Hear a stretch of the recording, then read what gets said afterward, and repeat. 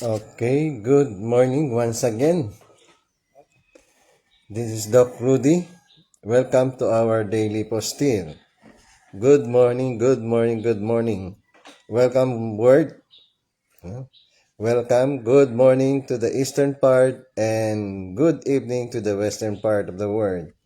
So, welcome to our daily postil. This is Doc Rudy. So, our message for today is God is for all season, right? God is for all season. Okay, we have a season like summer, winter, spring, and then fall. And we have also wet and dry, rainy days and sunny days. So, God is not weather, no? But God must be always with us every day. We must attend God in everything that we do in our life, especially in our life of faith. God must be there. So, according to this Ecclesiastes 12:1, it says there, remember your Creator in the days of your youth. No? So, when are we going to remember God? Are we going to remember God when we are already going to die? When we are already old, that we need the forgiveness of God? No? We need to ask God that God will forgive us because we are already old, and then everything is just passing away, even God. No? So according to here, remembers God in the days of your youth. So taking example, for example, King David. King David attend God during his young age. He didn't become a king at an old age. He didn't serve God in an old age. He didn't put Goliath in his old age. But King David served God. And then also, Prophet Samuel was devoted to God, dedicated to God at his younger age. And similarly, our Lord and Jesus Christ proclaimed the ministry, proclaimed God's words, no, at his 12 years old in the temple. And then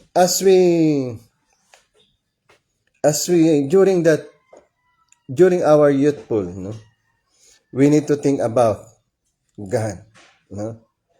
And then it's also say that during these days there's so many preoccupation, no? Younger youth are preoccupied with so many things. Preoccupied by cell phones, preoccupied by ways of life during this time, and then sometimes they forget God. But according to these Bible verses, we need to remember God in the days of our youth. So that means along the way, not only during the time of our youth, that means as we grow, as we age, we need to have God in our life. We need to have God in our life of faith. That God must be in us for all seasons. Rainy days, sunny days, no?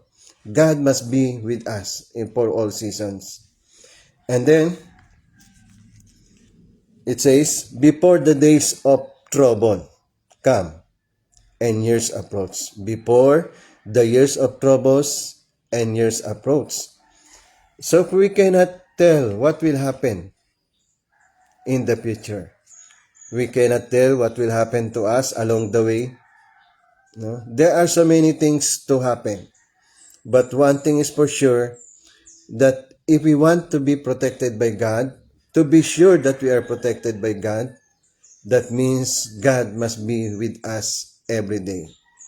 God must be with us every seconds of our life. God must be with us 24/7. God must be with us as we live our life. That means there is no season for God. There is no time for God. God must be the center of our life. Not only now, but also for eternity. Because we cannot say what would happen tomorrow. Especially as we get older, no? As we get older, we cannot walk, we cannot move, or sometimes we will be bedridden, and then we will get sick. No, we will get sick. But the most important thing there is we need to remember God as we are still youth, as we are still healthy, as we are still have the strength and energy to serve God. Just like when the sayings goes, no? So, for example, you are doing your job and then you are in the point of retiring. So you cannot say, oh, I want, maybe later, I will go there later, I will go abroad later, I will go somewhere, I will visit those places later. No? For example, you want to go to Hong Kong. No? If you are old, you cannot go anymore to Hong Kong. If you want to go to Japan, if you are old, you cannot go to Japan anymore. If you want to go United States, you cannot go there anymore. If you want to go to Vietnam to visit some places, even in the Philippines, you want to go to Cebu, to Manila, you want to go to somewhere else in Mindanao, no? You cannot go there when you're already old.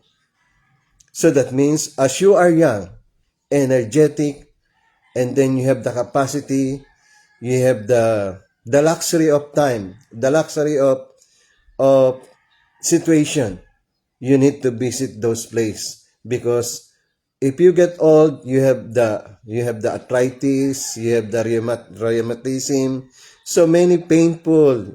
You have a pain knee, pain back, no? Then you cannot no longer go to that places.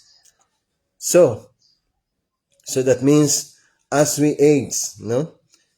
Before we age, that means we need to do something. We need to do, if we want to visit somewhere, we need already to do it as we are young because we cannot enjoy going there when we are old. We cannot walk, you know.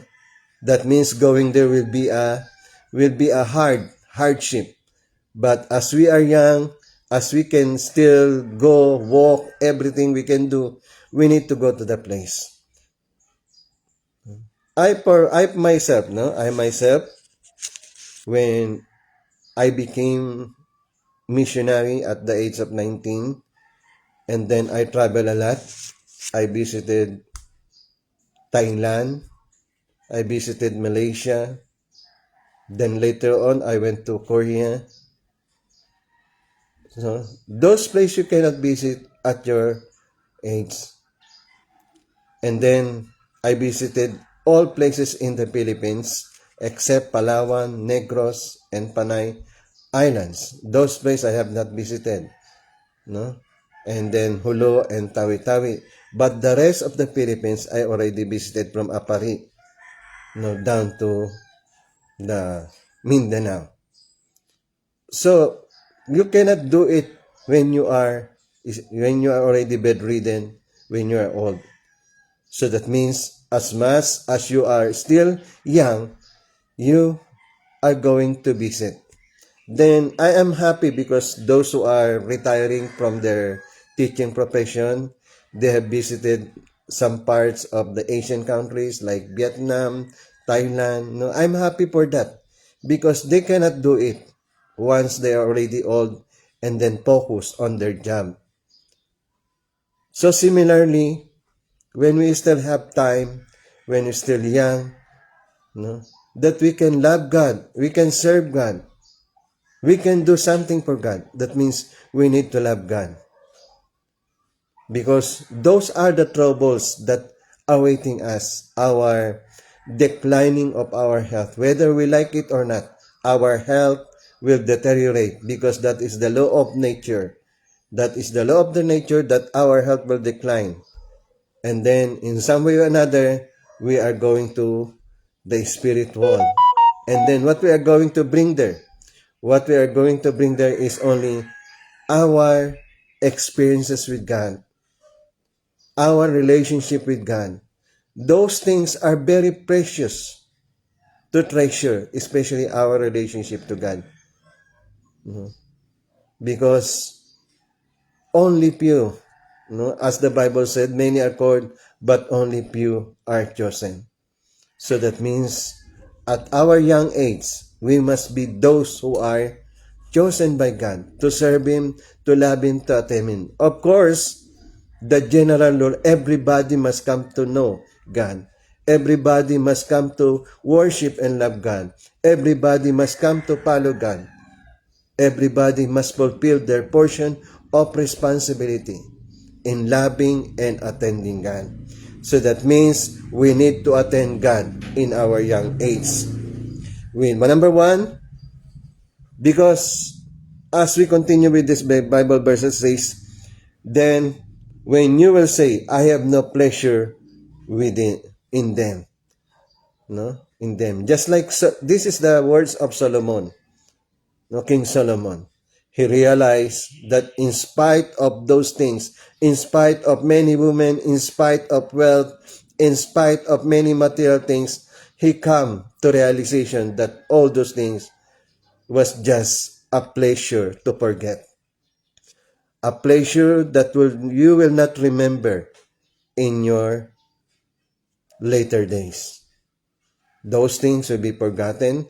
Those things is not needed at our aged life. So that means we need to serve God when we are still young, when we are still have the capacity, when we have effective and efficacy. We need to serve God, especially during that time, especially during this time. During this time of last days, God needs us the most, especially the young people. God needs you in order to propagate His word, the kingdom of heaven on earth.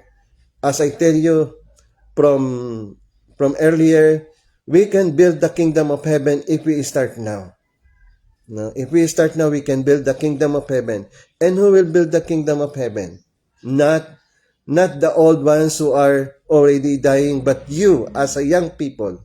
You as a young people, you have the capacity, you have the potential to become good in the eyes of God, to do good, to attend God, and to glorify God, to praise God, and importantly, to serve and attend God.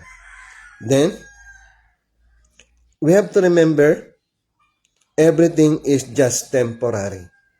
Everything, even our life is just a temporary. Our physical life is just temporary because we have eternal life that is awaiting us. And then, along the way, from birth until eternity, our journey must be with God. Remember, God is not a habit. Because sometimes I say, oh, it is not my habit. Reading the Bible is not my habit. Attending Bible study is not my habit. I have no habit like that. So remember, God is not a habit.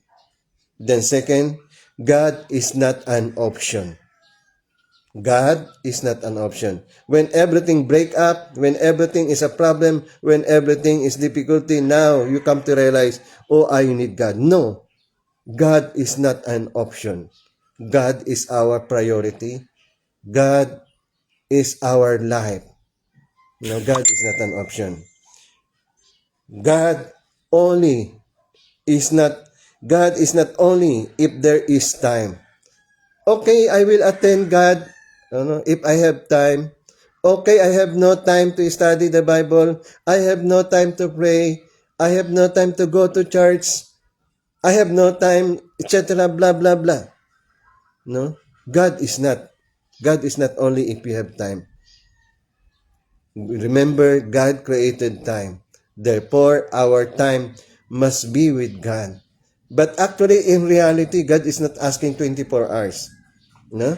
God is not asking 24 hours that you will attend God for 24 hours. No. He said only 10. No? 10%.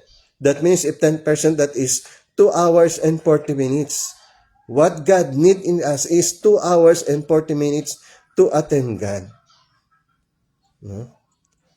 As it says, if there's a will, there's a way. So that means our will must be God and our way must be God. Then, God is not only for Sunday and holiday. Remember that. God is not only for Sunday and holiday. God is for all season. God is for every day. God is for all the time. No? He is not only during your birthday, you will attend Mass.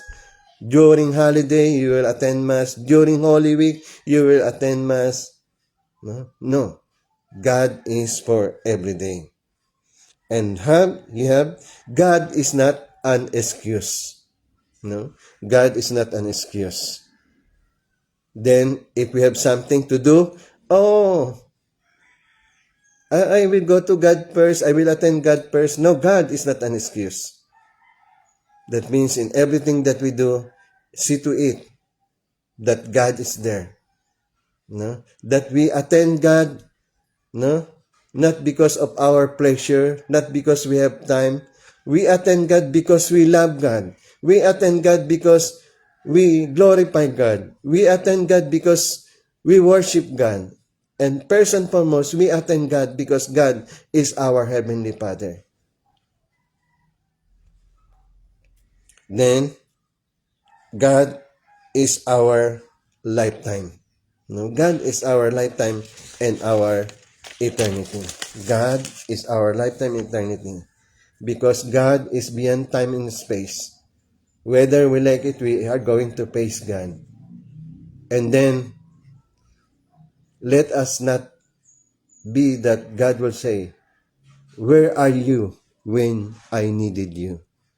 Where are you when I needed you? No? So that means we have to think that we need to attend God. God is our journey. Of course, along the way, as we fulfill our life of faith, our physical life, no? As we fulfill our vision, mission, our dreams, no?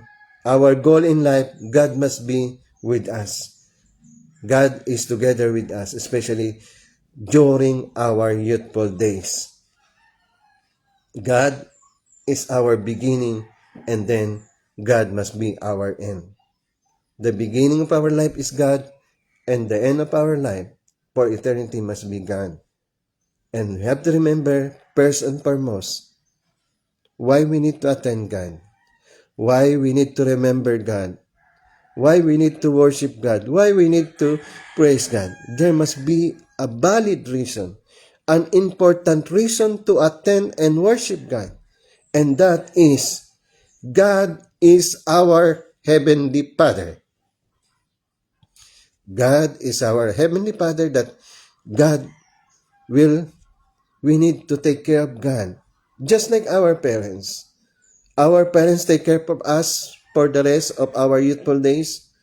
And then at our old age, that means at the old age of our parents, we need to take care of them. So similarly, we need to take care of God. Why we need to take care of God? Why we need to comfort God? Because God is our Heavenly Father. And for that, we need to attend God.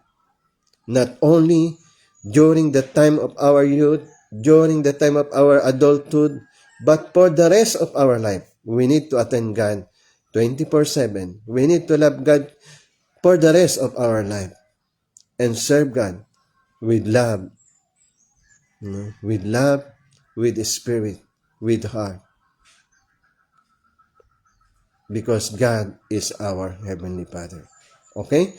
Once again, thank you. And please, God is for all season because God is our Heavenly Father. Okay, thank you once again. And I hope to see you again tomorrow for our daily posting. Please, I need your like and share. And then also, do not forget to tune in. Okay, remember, Jesus love, I share.